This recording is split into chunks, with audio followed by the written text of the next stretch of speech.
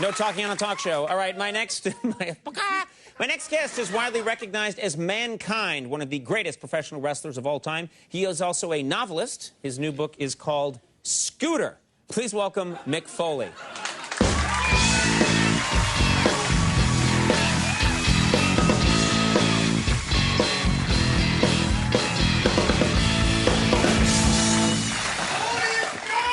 I think they were laughing.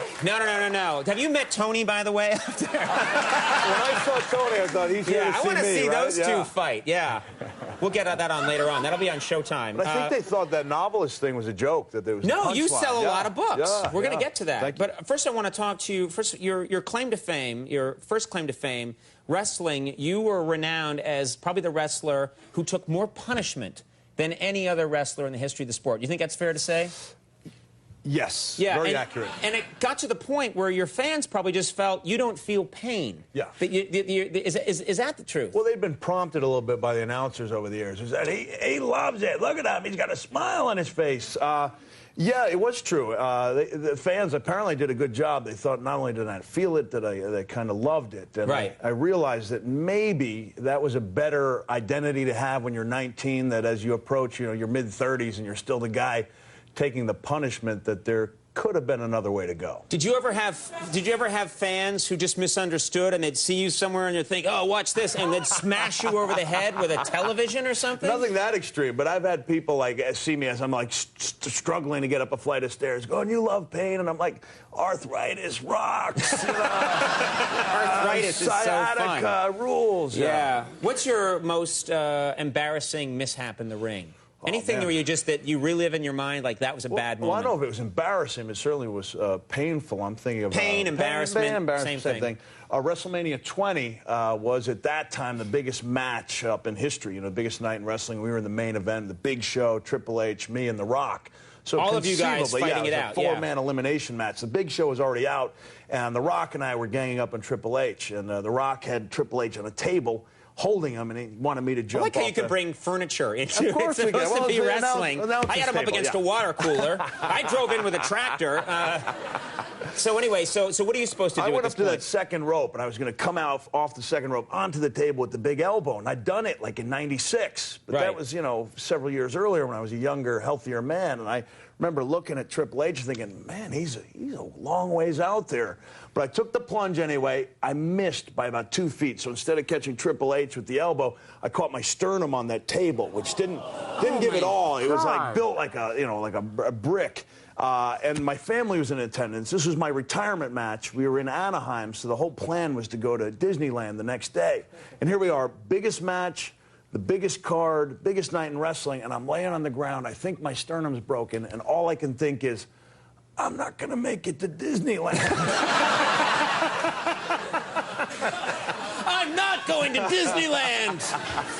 Wow. Now, people get to choose a persona a lot of times when they get into wrestling. Yes. And when you were first starting out, is this true? You wanted your persona to be a chick magnet. Is that right? Yeah. You wanted that to be your character, a guy that women found irresistible. Yeah, I was going to do a little role playing. Dude Love. The guy's name was Dude Love? Dude Love, yeah. Oh, yeah, dude.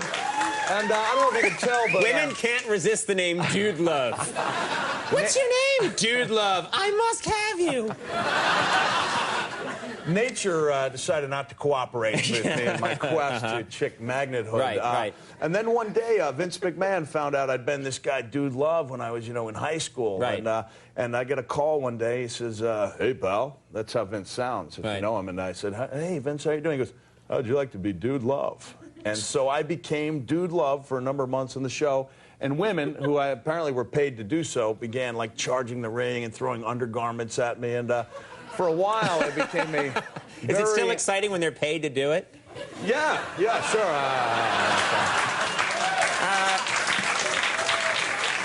Leave it alone. Leave it alone.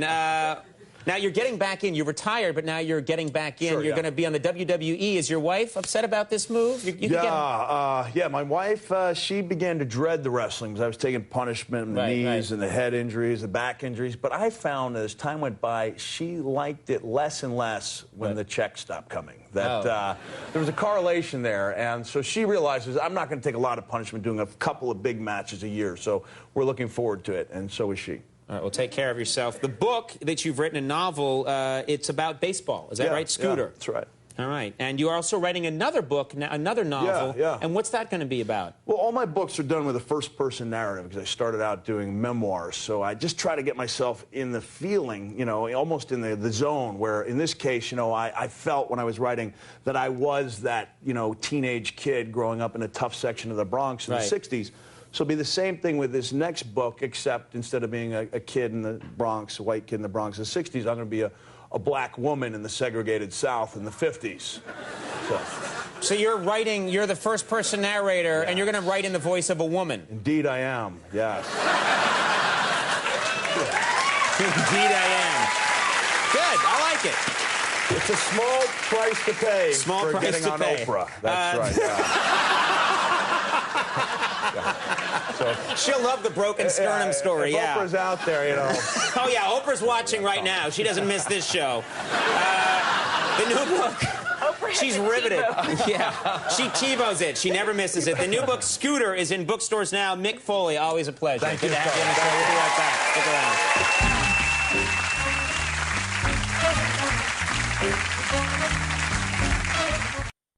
All right, everybody, that is our show. Stay tuned for Last Call with Carson Daly, their first week broadcasting from their new home in Burbank. Bye, everybody. Bye. Bye.